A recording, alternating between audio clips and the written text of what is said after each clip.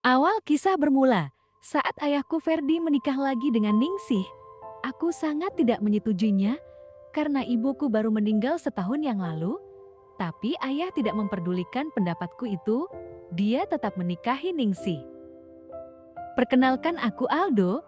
Kejadian itu terjadi saat usiaku 15 tahun. Aku masih bersekolah SMA. Aku sangat kesal dengan ayahku. Demi keinginannya menikahi wanita muda, ia tega tak memperdulikanku. Wanita itu bernama Ningsih, 26 tahun. Seorang janda muda di desaku. Sosok Ningsih memang cantik. Dia adalah penjual kopi di pinggiran desa. Warungnya sangat ramah karena jadi tempat nongkrong tak hanya bapak-bapak tetapi juga anak muda seusiaku, termasuk aku juga.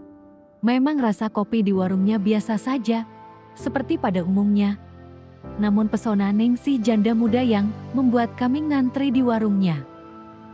Selain wajahnya yang cantik, dia juga lembut dalam bertutur bahasa. Meskipun usia kita terpaut jauh, jika dia mau jadi istriku, aku pasti siap. Tapi itu saat dulu sebelum dia menikah dengan ayahku. Tak heran sebenarnya, kenapa Ningsih mau dengan ayahku. Selain ekonomi berkecukupan, ayah juga pintar meluluhkan hati wanita. Nampaknya itu juga ada pada diriku.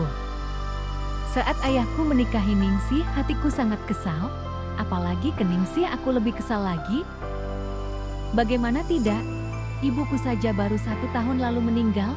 Aku merasa belum ikhlas jika ada yang menggantikan. Kekesalan demi kekesalan aku perlihatkan ke mereka. Aku jarang pulang di rumah. Selain itu bahasaku juga mulai kasar. Meskipun ayah memarahiku, aku tak peduli. Padahal Ningsih selalu menenangkan ayah dan menasehatinya supaya sabar menghadapiku. Tapi aku tak peduli dengan kebaikan Ningsih kepadaku, karena rasa kesalku yang lebih besar kepadanya.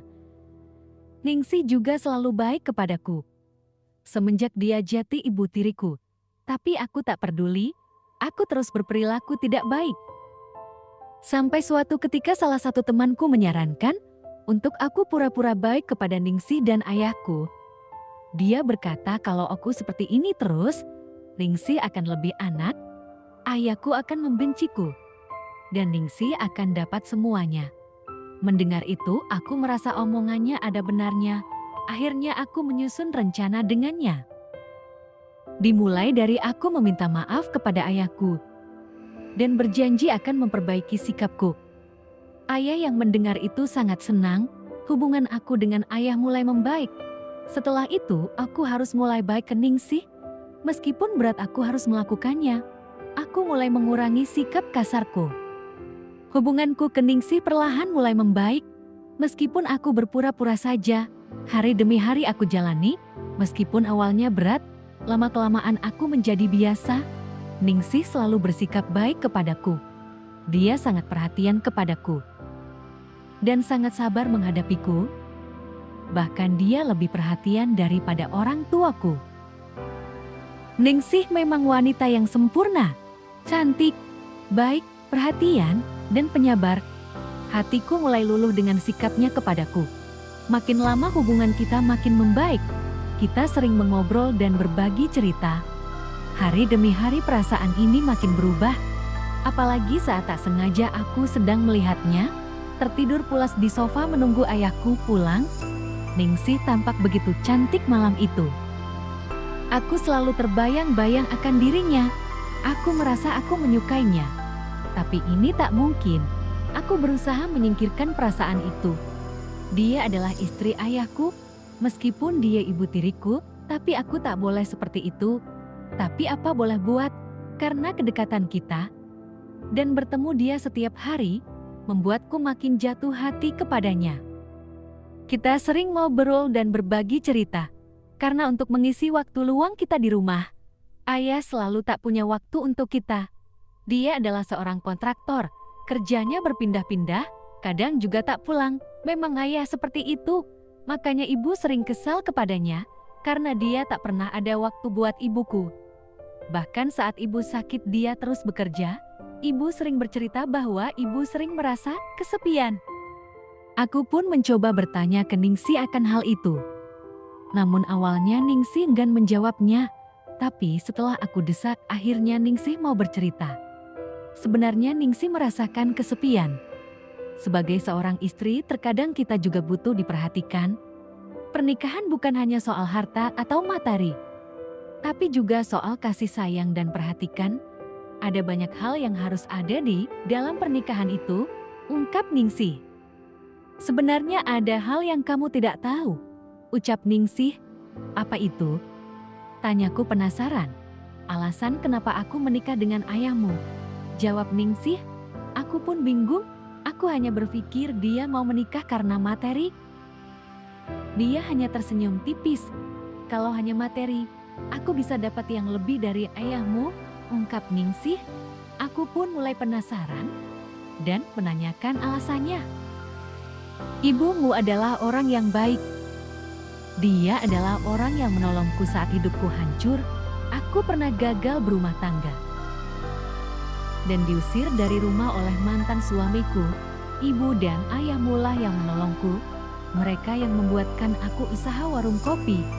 Dan ayahmu membawa teman-temannya menjadi pelanggan setia di warungku, ucap Ningsih sembari menetes air matanya. Dia terkenang masa-masa itu. Mendengar cerita itu, aku sangat kaget. Aku tak menyangka bahwa itu alasannya. Saat ayahmu datang ke warung untuk melamarku, aku bingung saat itu.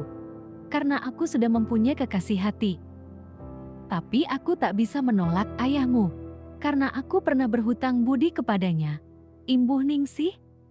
Dia menangis tak bisa membendung air matanya. Melihat itu aku begitu kasihan kepadanya. Aku pun meminta maaf kepadanya. Dia tersenyum menatapku. Jika kamu kesepian, kamu masih bisa bercanda dengan temanmu. Jika aku yang kesepian, aku harus menahan rasa itu sendiri. Karena ayahmu melarangku keluar rumah jika tak bersamanya, ungkap Ningsih sambil menatapku sendu, mengeluarkan semua unek-unek dalam hatinya. Rasa iba dan sayangku bercampur aduk di situ. Aku makin kagum kepadanya. Suasana makin tak karuan. Kita saling berbincang dari hati ke hati. Untuk menghibur hatinya, aku mulai berkegiatan berkreativitas kreasi. Aku berkreativitas kreasi dengan penuh perasaan. Menyapu suasana sedih perlahan melebur menjadi sebuah kebahagiaan tiada tara. Kreativitasku makin memuncak menghasilkan kreasi kreatif secara alami dan penuh makna. Meskipun kegiatan kreativitas kreatif itu tidak lama, tapi dapat mengisi ruang yang selama ini kosong. Hal itu membuat rasa bahagia yang tiada tara. Setelah kejadian itu, aku sering menghabiskan waktu di rumah, mengisi kekosongan dan kegiatan kreativitas berkreasi. Kegiatanku itu menjadi sebuah rutinitas setiap hari, sampai saat ini. Sekian cerita kita kali ini. Semoga menghibur kalian semua. Terima kasih yang sudah menonton. Semoga diberikan kesehatan dan rezeki yang berlimpah. Amin.